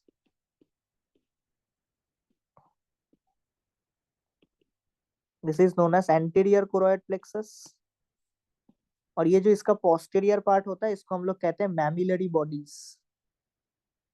These are known as mammillary bodies. फिर उसके बाद जो नेक्स्ट पार्ट एसोसिएटेड है this is called as the thalamus. What is the function of the thalamus? Thalamus actually किसकी तरह फंक्शन करता है याद रखना, thalamus is a relay centre, ठीक है। थैलामस एक रिले सेंटर होता है। रिले सेंटर मतलब अगर बॉडी में बाहर से किसी भी स्टिमुलस आया, खास करके कौन सा स्टिमुलस, टच, पेन, प्रेशर, इन सब चीजों का अगर कोई बाहर से स्टिमुलस आया, इस स्टिमुलस को तुमको पहुंचाना है सेरिब्रम तक, राइट। सेरिब्रम तक पहुंचाना है, कौन लेके जाएगा, किसके थ्रू जाओगे, थैलामस के थ्रू जाओगे। फिर सेरिब्रम से जब कोई रिस्पॉन्स आएगा उसको भी अगर तुमको इफेक्टर तक पहुंचाना है तो भी किसके थ्रू पहुंचाओगे, थैलामस के through. That means thalamus being a relay structure. Relay का मतलब क्या होता है? रिले का मतलब होता है जो एक सेंसरी फंक्शन को एक मोटर के साथ कनेक्ट करता है। सेंसरी प्लस मोटर मतलब एक सेंसरी फंक्शन को एक मोटर फंक्शन के साथ कनेक्ट कर रहा है। देखो बाहर से तुमको किसी ने टच किया, उसका स्टिमुलस कहाँ तक पहुंचना चाहिए, सेरिब्रम तक पहुंचना चाहिए। वो रिसेप्टर से सेरिब्रम तक पहुंचेगा किसके थ्रू, वो रिसेप्टर से सेरिब्रम तक पहुंचेगा थैलामस के थ्रू, राइट।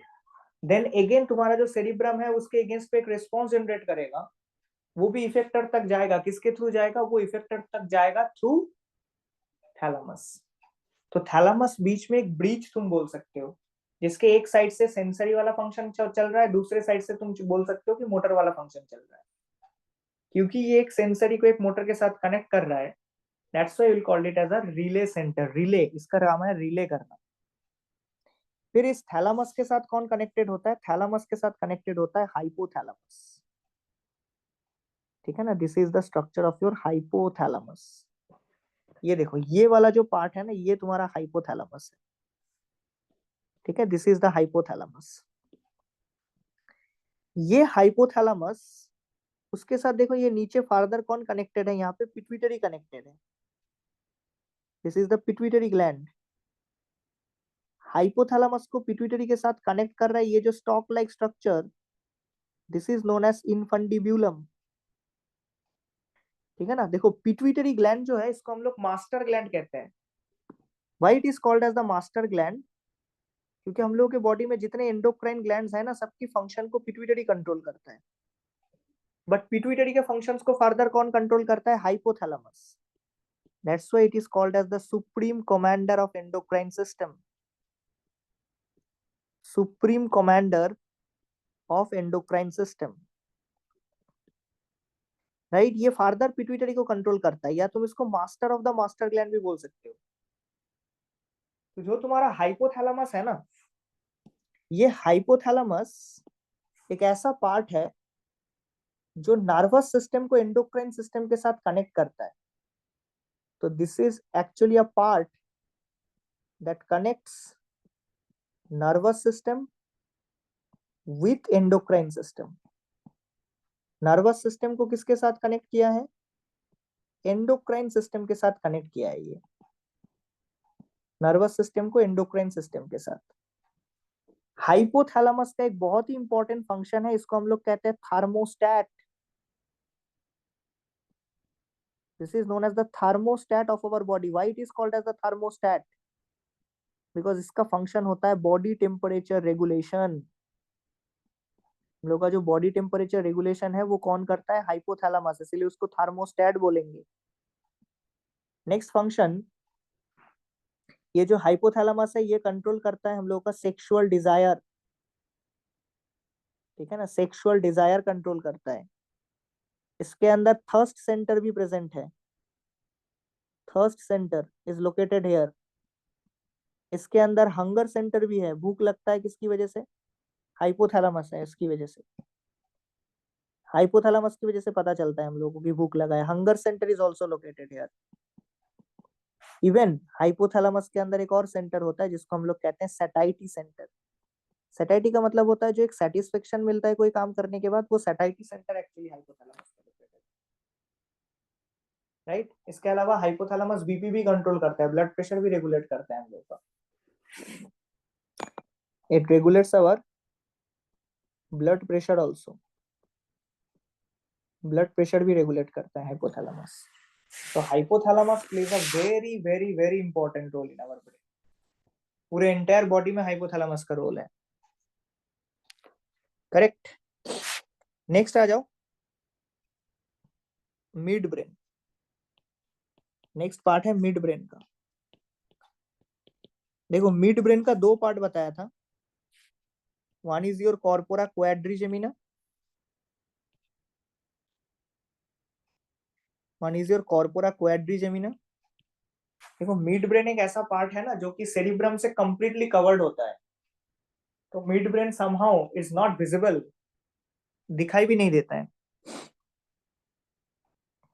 या बॉडी टेम्परेचर रेगुलेट नहीं होगा।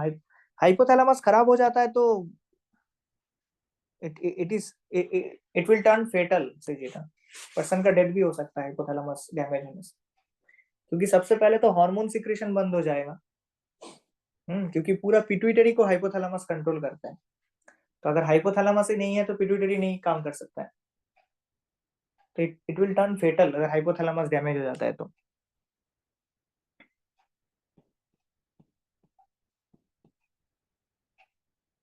No no, there is no particular disease name, क्योंकि ये मल्टीपल इफेक्ट है ना बॉडी में। Overall it will turn fatal. एक सिंगल ऐसा डिजीज में नहीं बोल सकता हूँ कि हाइपोथैलेमस डैमेज होने से एक पर्टिकुलर कौन सा डिजीज होगा। सिंगल डिजीज तो मैं नहीं बोल पाऊंगा क्योंकि ये इसका मल्टीपल इफेक्ट है बॉडी में। तुम एक चीज देखो ना, कितने सारे फंक्शंस कंट्रोल कर रहा है ये। तो एक पर्टिकुलर डिजीज के बारे में तुम कभी नहीं बोल सकते यहाँ पे। तो मिड ब्रेन का दो पार्ट है, corpora quadrigemina and crura cerebri. Crura cerebri is also known as your cerebral peduncle. देखो ये जो कॉर्पोरा क्वाड्रिजेमिना है, that corpora quadrigemina is made up of two part, ठीक है। एक होता है superior colliculi, how many superior colliculi do you have? Two superior colliculi. और एक होता है, दो होता है तुम्हारा इंफीरियर कॉलिक्यूलाई।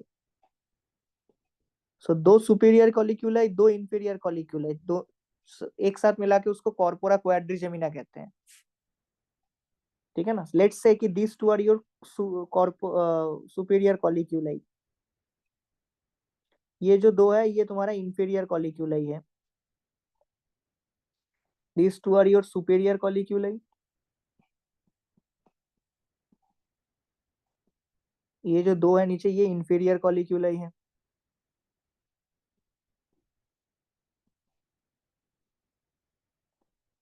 राइट। ये सुपीरियर कॉलिक्यूलाई हम लोगों के बॉडी में क्या कंट्रोल करता है?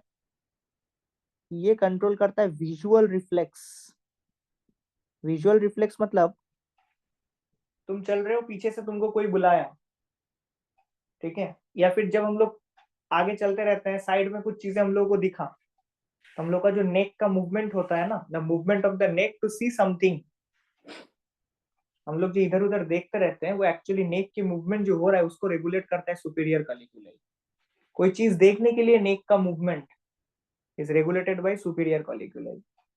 इंफीरियर कॉलिक्यूलाई क्या रेगुलेट करता है? इंफीरियर कॉलिक्यूलाई रेगुलेट करता है ऑडिटरी रिफ्लेक्स। तुम आगे चल रहे हो, पीछे से कोई तुमको बुलाया, उसकी बात सुनने के लिए तुमने अपना नेक को मूवमेंट किया, the movement of the neck to hear something is your auditory reflex. कौन कंट्रोल करेगा? Inferior colliculi. तो क्योंकि वो देखने में हेल्प कर रहा है सुपीरियर कॉलिक्यूलाई, तो इसीलिए मैंने विजुअल रिफ्लेक्स बोला। और ये ऑडिटरी रिफ्लेक्स मतलब it actually helps us to hear something, right? कोई मुझे बुलाया पीछे से, साइड से कोई बुलाया, मैं अपने नेक को रोटेट करके उसकी बात सुनने लगा, तो इंफीरियर कॉलिक्यूलाई वर्क कर रहा है बेसिकली। ऐसा तो कभी नहीं होता है ना कि without looking at the person I am hearing something. दोनों ही actually majority of the cases में, कोई अगर चल रहा है, कोई पर्सन साइड से कोई बुलाया, तो तुम उसकी तरफ बेंड करते हो, उसकी तरफ घूमते हो, नेक का मूवमेंट करवाते हो, नेक की मूवमेंट से उसके बाद उसको देखते भी हो और उसके बाद भी सुनते भी हो। तो actually superior and inferior colliculi both are functioning togetherly, simultaneous work करता है दोनों, इंडिपेंडेंट वर्क किसी का नहीं होता है। मैक्सिमम ऑफ द केसेस में साइमल्टेनियस वर्क होता है दोनों का।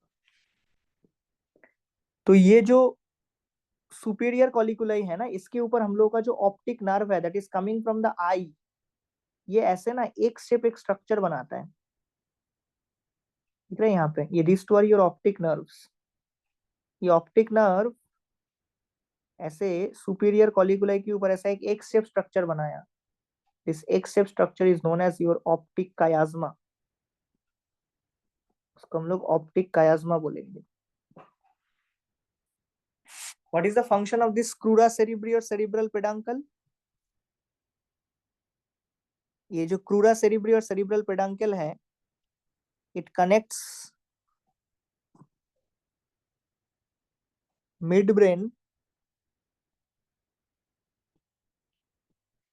to forebrain and hindbrain, to forebrain and hindbrain। देखो ऐसा स्ट्रक्चर, इस तरफ फोर ब्रेन है, इस तरफ हाइंड ब्रेन है, बीच में यहाँ पे मिड ब्रेन है। तो क्रूरा सेरिब्रिस मिड ब्रेन को फोर ब्रेन के साथ भी एज वेल एज ऐसे हाइंड ब्रेन के साथ भी कनेक्ट कर रहा है। तो ये मीडिएटर है। मीडिएटर मतलब मिड ब्रेन को दोनों के साथ कनेक्ट करवा रहा है, फोर ब्रेन के साथ भी और उसके साथ साथ हाइंड ब्रेन के साथ भी। तो मिड ब्रेन का दो पार्ट है, एक है कॉर्पोरा क्वाड्रिजेमिना और एक है क्रूरा सेरिब्री, राइट? लास्ट पार्ट है हाइंड ब्रेन। देखो हाइंड ब्रेन का तीन पार्ट बताया मैंने। First is your cerebellum. पहला पार्ट है cerebellum. cerebellum is the second largest part of the brain. Cerebellum is the second largest part of brain. You can also call it as little brain. It is also called as little brain.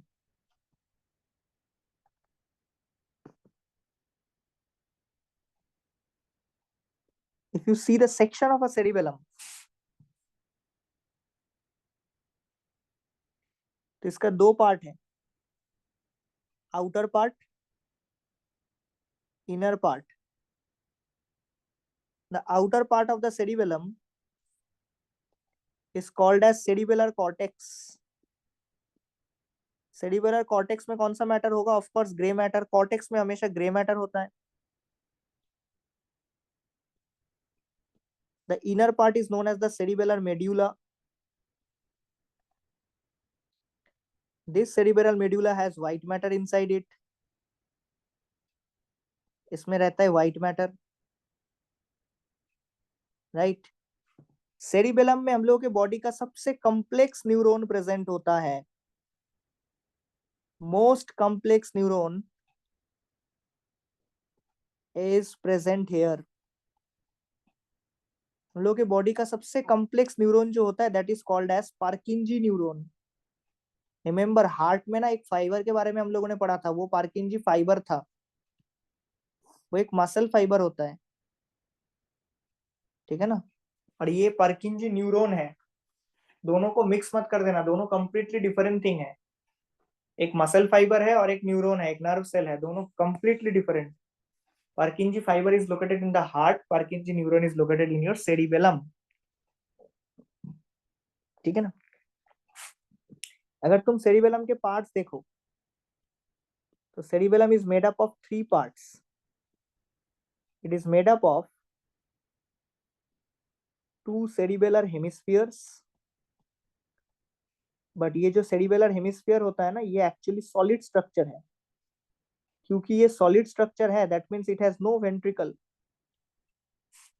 Solid structure है, इसका मतलब है no ventricles. और एक होता है वार्मिस. तो किस तरीके से लोकेटेड है?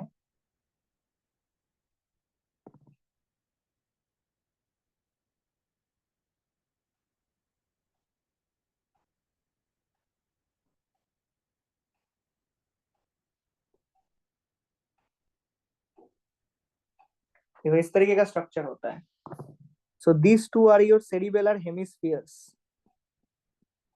ये जो दोनों है ना, ये तुम्हारा सेरिबेलर हेमिस्फीयर है. और बीच में जो ये वाला स्ट्रक्चर होता है, इसको हम लोग कहते हैं vermis. This is known as the vermis. तो अगर तुम सेरिबेलम का सेक्शन लेते हो, मैंने बोला सेरिबेलम के सेक्शन में 2 पार्ट होता है. Outer part is the cerebellar cortex, inner part is the cerebellar medulla. Cortex में कौन सा मैटर होता है? Grey matter. एंड मेडुला में कौन सा मैटर होता है? White matter. ये जो मेड्यूला वाला पार्ट है ना, it is actually your branch like a tree. अंदर वाला जो पार्ट है, ये ट्री की तरह ब्रांचिंग शो करता है. It actually branch like a tree. कैसा ब्रांचिंग शो करता है? देखो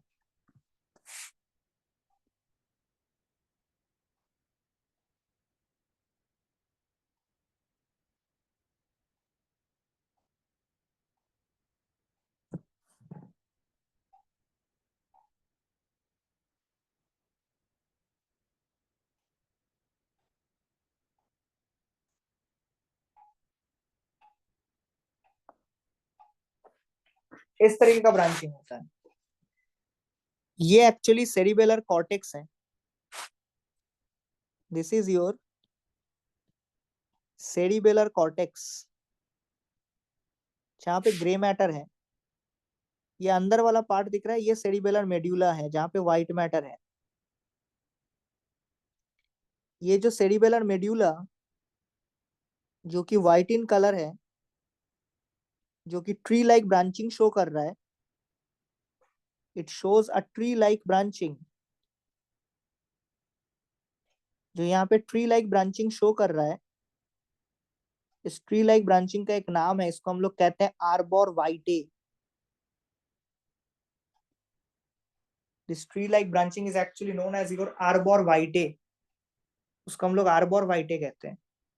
व्हाट इज आर्बोर वाइटे? और also known as your tree of life. You can called it as tree of life. ये जो इनर वाला पार्ट है ना, देखो वो अंदर वाला पार्ट, ये अंदर वाला पार्ट जो ऐसे ट्री लाइक ब्रांचिंग शो कर रहा है, इस ट्री लाइक ब्रांचिंग को हम लोग क्या कहते हैं? इसको हम लोग कहते हैं आर्बोर वाइटे. ये देखो ये वाला पार्ट, जिसको मैं अंदर से ये ब्लू कलर कर रहा हूँ, ये वाला पार्ट एक्चुअली ये ट्री लाइक ब्रांच है अंदर से. इसी को ट्री ऑफ लाइफ और आर्बोर वाइटे कहते हैं.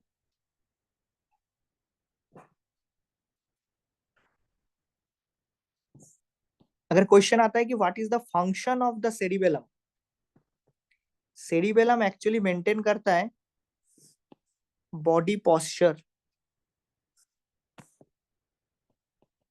फंक्शन में क्या लिखना है? फंक्शन में ये रेगुलेट करता है body posture.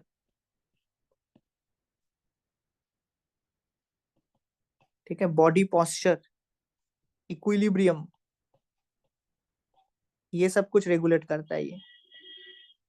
Then one of the most important function, it regulates the accuracy and the precision of voluntary actions. कोई भी voluntary actions तुम कितना एक्यूरेसी के साथ, कितना प्रिसिशन के साथ कर सकते हो, वो रेगुलेट कर रहा है तुम्हारा सेरिबेलम.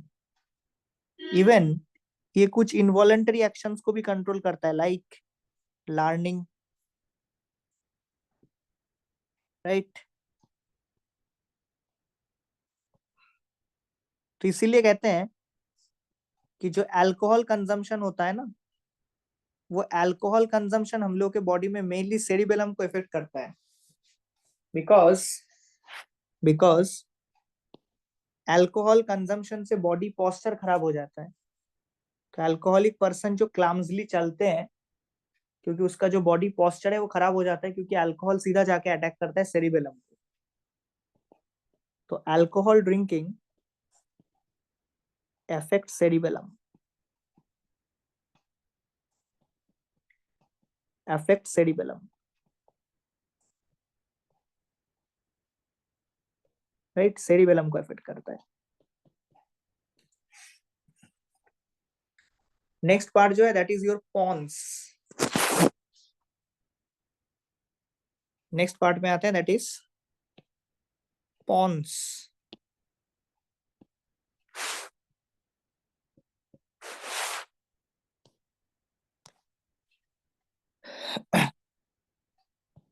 देखो पॉन्स,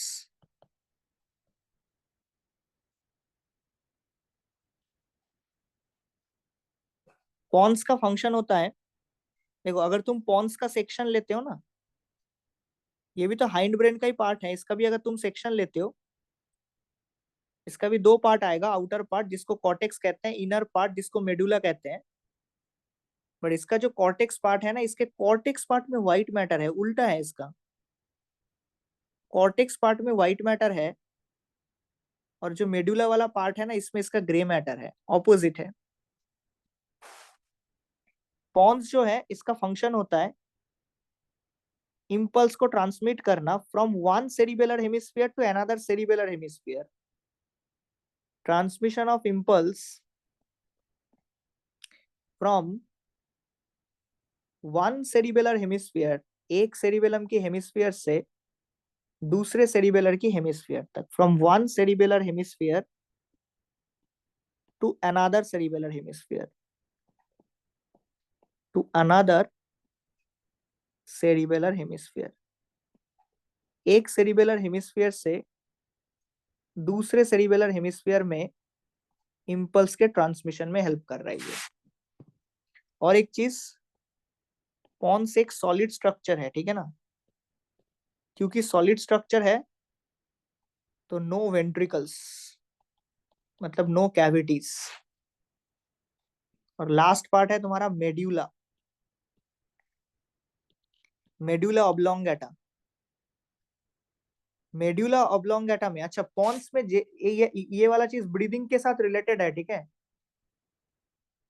तुम लोगों ने ब्रीदिंग में पढ़ा है ये चीज, ब्रीदिंग के कंट्रोल में न्यूमोटैक्सिक सेंटर एंड एप्नियोस्टिक सेंटर, दोनों के बारे में मैंने क्लास में डिस्कस किया था। Pneumotaxic center, apneustic center, both these are actually located in your pons, right. And दोनों ही किसके साथ रिलेटेड है, रेस्पिरेशन के साथ रिलेटेड है, दोनों ही रेस्पिरेशन के साथ रिलेटेड है। न्यूमोटैक्सिक सेंटर को हम लोग switch off point of respiration बोलते थे, आरआरसी के साथ रेस्पिरेटरी रिदम सेंटर के साथ मॉडरेट करता था। और apneustic center is actually related with your deep inhalation. जो मेडुला ऑब्लोंगेटा है ये एक ट्रायंगुलर स्ट्रक्चर है, medulla oblongata is a triangular structure. ये हॉलो स्ट्रक्चर है, क्योंकि ये हॉलो स्ट्रक्चर है तो इसमें वेंट्रिकल होगा, कौन सा वेंट्रिकल, फोर्थ वेंट्रिकल, एंड इसको हम लोग कहते हैं मायोलोसील। फोर्थ वेंट्रिकल को हम लोग मायोलोसील कहते हैं, and the ventricle is filled up with CSF, उसके अंदर सीएसएफ प्रेजेंट होगा।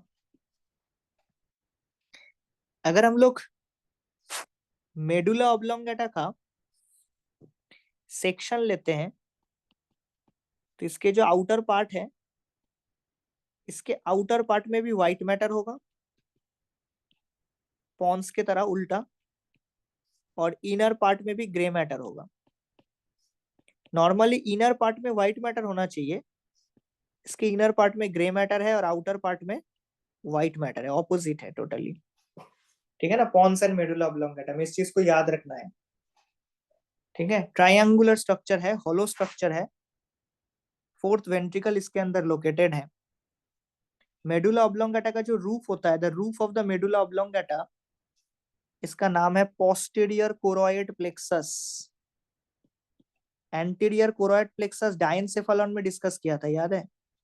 एपीथैलेमस के पार्ट को हम लोग, एपीथैलेमस के एंटीरियर पार्ट को हम लोग कहते थे एंटीरियर कोरोइड प्लेक्सस।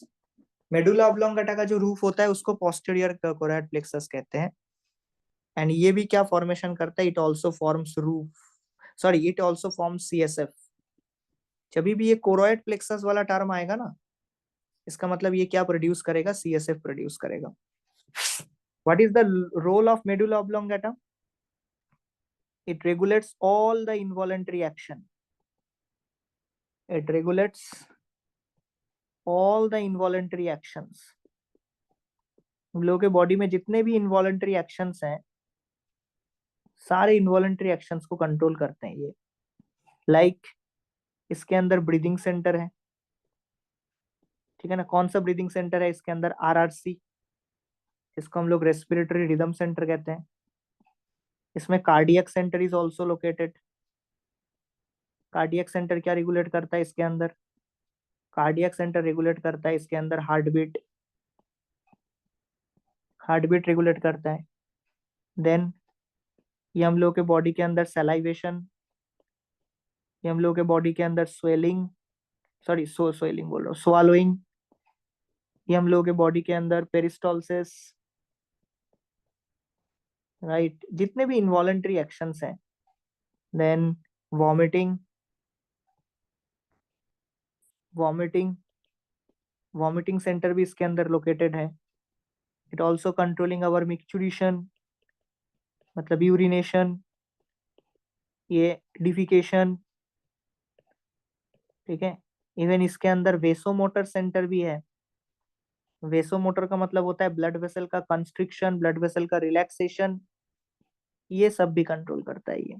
तो इसीलिए बोला जाता है कि मेडुला ऑब्लोंगेटा बहुत सेंसिटिव पार्ट है। तो injury to the medulla oblongata can lead to death, ठीक है ना? क्योंकि सब इनवॉलेंटरी एक्शन को कंट्रोल करते हैं। इसीलिए देखना, डॉक्टर्स, सर के पीछे अगर कोई चोट आता है ना, को चोट लगता है किसी को, तो डॉक्टर जनरली टेंशन करता है, क्योंकि सर के पीछे चोट लगना मतलब मेडुला ऑब्लोंगेटा में हैम्पर होना। तो injury to the medulla oblongata can lead to death, इससे पर्सन का डेथ भी हो सकता है। तो अगर तुम ब्रेन का एक एक्सटर्नल व्यू देखो ह्यूमन का, उसमें ना जो हम लोगों का मिड ब्रेन है, जो हम लोगों का पॉन्स है, एंड जो मेडुला ऑब्लोंगेटा है, ये तीनों, mid brain, pons and medulla oblongata, ये तीनों ना एक स्ट्रेट लाइन में प्रेजेंट है। और ये तीनों मिलके एक स्ट्रक्चर बनाता है जिसको हम लोग कहते हैं ब्रेन स्टेम। तो ब्रेन स्टेम किस किस से बनेगा? Mid brain, pons and medulla oblongata से। ये तीनों एक साथ मिला के ब्रेन स्टेम बनाता है यहाँ पे, ठीक है? ब्रेन स्टेम बना देता है यहाँ पे। नेक्स्ट, तो अगर तुम ब्रेन में रहने वाले चारों वेंट्रिकल्स को देखो, फर्स्ट टू वेंट्रिकल्स कहाँ पे होता है? First two ventricles is actually located in your cerebrum. कुछ इस तरीके से वेंट्रिकल्स रहते हैं, देखो ऐसे रहते हैं वेंट्रिकल्स। ये फर्स्ट वेंट्रिकल, ये सेकंड वेंट्रिकल, ये थर्ड वेंट्रिकल, ये fourth ventricle. First and second ventricle ये दोनों प्रेजेंट होता है सेरिब्रम में। थर्ड वेंट्रिकल प्रेजेंट होता है डायनसेफालॉन में। जो फोर्थ वेंट्रिकल होता है, that fourth ventricle is located in your medulla oblongata, right? तो first and second ventricle third के साथ जो कनेक्टेड है, ये कॉमन ओपनिंग के थ्रू कनेक्टेड है। इस ओपनिंग का नाम है foramen of Monro. And third ventricle fourth के साथ कनेक्टेड है थ्रू अनदर ओपनिंग जिसका नाम है एक्विडक्ट ऑफ सिल्वियस। ये वाला क्वेश्चन भी नीट के लिए इंपॉर्टेंट है। एक्विडक्ट ऑफ सिल्वियस, और ऑल्सो कॉल्ड एस ईटर कहते हैं उसको, ITRE, ईटर कहते हैं उसको। एंड हम लोग का जो ब्रेन है उसके साथ एक एसोसिएटेड सिस्टम है जिसका नाम है limbic system, that is also known as your emotional brain. इस लिम्बिक सिस्टम का 3 पार्ट रहता है, ठीक है। हाइपोथैलेमस के साथ ही एसोसिएटेड है, इसका 3 पार्ट रहता है लिम्बिक सिस्टम का। पहला पार्ट जो है लिम्बिक सिस्टम का जिसका नाम है एमिगडाला। दूसरा पार्ट जो दिया हुआ है दैट इज हिप्पोकैम्पस।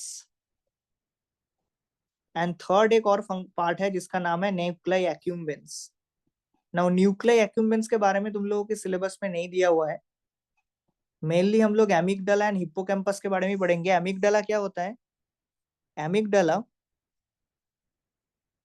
एक एलमंड शेप स्ट्रक्चर होता है। It is a almond shape structure,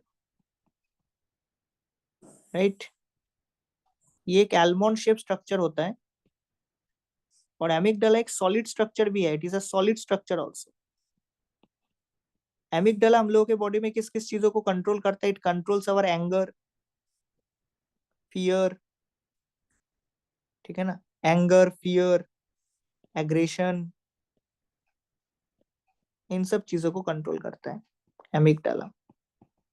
और हिप्पोकैम्पस का स्ट्रक्चर कैसा होता है? हिप्पोकैम्पस एक्चुअली एक हॉर्सशू शेप स्ट्रक्चर है।